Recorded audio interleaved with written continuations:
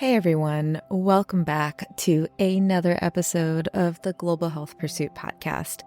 Today is going to be a little bit of a off-the-cuff episode. I was going to release an interview with another amazing person this week, but I decided that I would just do something a little bit more casual, a little bit more candid, because this is my second to last episode before I take a little break for my wedding. I'm not sure if I actually told you guys that I'm going to be getting married in May. I think I did, but on May 4th, I get married and there are a lot of preparations. So I'm going to be taking a little bit of a break from the podcast so that I can prepare for the wedding, as well as prepare for my second season of the Global Health Pursuit podcast. I have the most amazing people lined up for the next season, so please stay tuned. Next week will be my 1-year anniversary of the Global Health Pursuit podcast, so it is amazing. So this week I thought that I would do some reflecting and talk a little bit about what I've learned as a global health podcaster within the last year. If you've listened to the trailer of the podcast, you probably heard that one of the reasons why I started this podcast is because of my travels to India, to El Salvador, to other places all around the world. And it was because I had this immense curiosity about how other people lived. And my parents are from India. I speak about this a lot with my guests, but growing up in America, I grew up outside of New York. I grew up with a lawn and a swing set in my backyard. And I think throughout the years, when I first started becoming just curious about the world, and when I first started traveling to places like India, like Honduras, like El Salvador, I didn't realize how different people's lives could be. And I think because of this, I had this immense curiosity. I wanted to learn what other people were doing to serve communities all around the world. And that's why I just started having conversations. The other part of it is that at that time, I was working at a medical device company, and it's really interesting to see what you work on as an engineer at a medical device company. And then you ask questions around who's actually going to benefit from this medical device, from this surgical tool. And you realize that only the top 15% of people in the United States and in high-income countries actually get to benefit. And then that makes you question it a little bit more.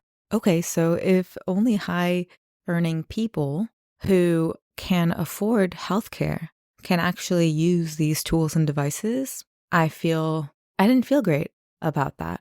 It almost felt unfair. And I think it all comes back to that word capitalism, So having these conversations really began to give me an understanding of what it means to work in global health, what it takes to work in this field.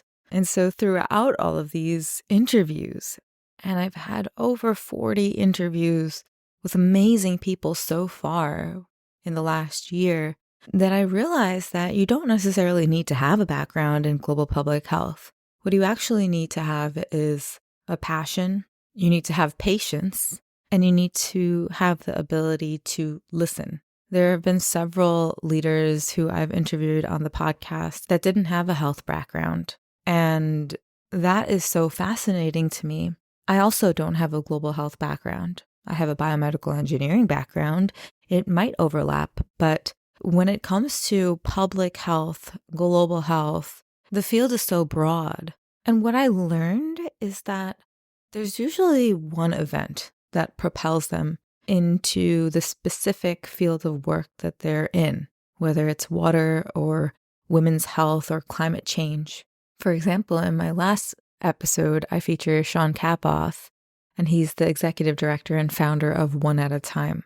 And for him, all it took was visiting a child in El Salvador and realizing that the one thing holding him back, holding this child back, was clean water. And of course, there's a whole backstory where he himself was trying to find his purpose. He didn't feel like he cared.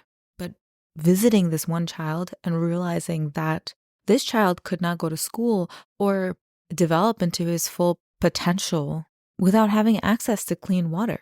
It's just a basic need, right? Another woman that I interviewed, her name is Brooke Sulahian. She just read a book. She just read a book that touched her soul in a way that made her decide that she needed to do something about obstetric fistula. She had no idea where to start, but she did it. And now she has an amazing organization called Hope for Our Sisters. So I definitely think that this event or this thing that really draws you into a specific field, it can be really so small.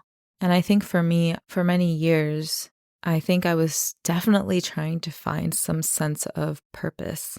And there was a question of, how am I truly helping or even serving the world? Am I just moving through the motions of life? As an engineer at J&J, I felt as if I was just doing things because I had to, or it was just normal, and this is just what I'm supposed to do in life.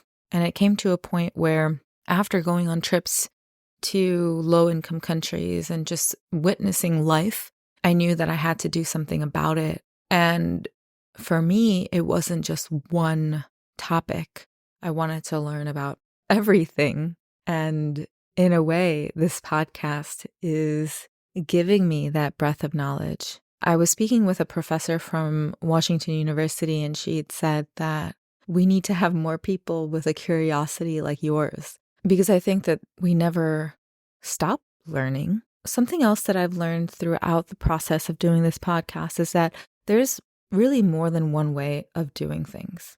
There's more than one way of serving others, whether it be in specific fields of global health. And after speaking with several leaders on the podcast, I've learned that even though people have had the same goal, there really could be so many ways of achieving it. I'm going to talk about clean water because I feel like that is something that is so easily understood in this specific example. Wine to Water and One at a Time uses filters to implement clean water, but they're different types of filters. Design Outreach uses a hand pump. Others install water tanks. And I think as an engineer, this is really cool to hear because it really speaks to the creativity of the individual and the group. And it's the idea of making a specific product work for a community. One more thing is that throughout this last year, I have heard so many groups talk about partnerships. Partnerships. They're everything. And I think that global health is not a goal that can be achieved by oneself, by yourself. It's something that so many of the nonprofits that I interview on this podcast talk about. They talk about partnering up with other organizations and other corporations to spread their message. They talk about partnering with other nonprofits to amplify their mission and serve more people. And global health is not something that can be, I think global health is not something that is selfish. You can't be selfish in this field. I think that that's just setting you up for failure because all of these sustainable development goals tie into one another. And that's where partnerships come into play. The last thing I really wanted to leave you with is that there's this concept that I always think about where, you're never able to learn enough. There's always something more. Each trip that I take is a completely new experience, and each person that I speak with gives me a completely new perspective. And it's interesting because I was speaking with someone recently, and she had asked me, "Oh, well, have you already spoken about this topic?"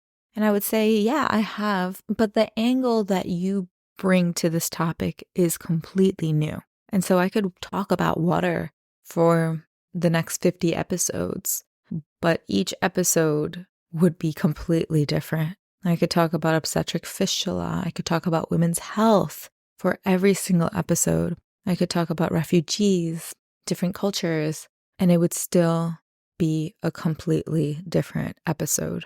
And I think that this is why podcasting is so beautiful, because I don't think you can never learn enough about the world. That's why there's so many mental health podcasts. I think that's why there's so many podcasts about business, and there's so many podcasts about science. Each person brings a new perspective, and that is infinite. So because this is my second to last episode before I take a little bit of a break, I want to ask you guys, do you like this type of episode? Do you like the solo candid style? I usually, for my solo episodes, will write a whole script, but today I wrote some bullet points and I just expanded on them and saw where it went.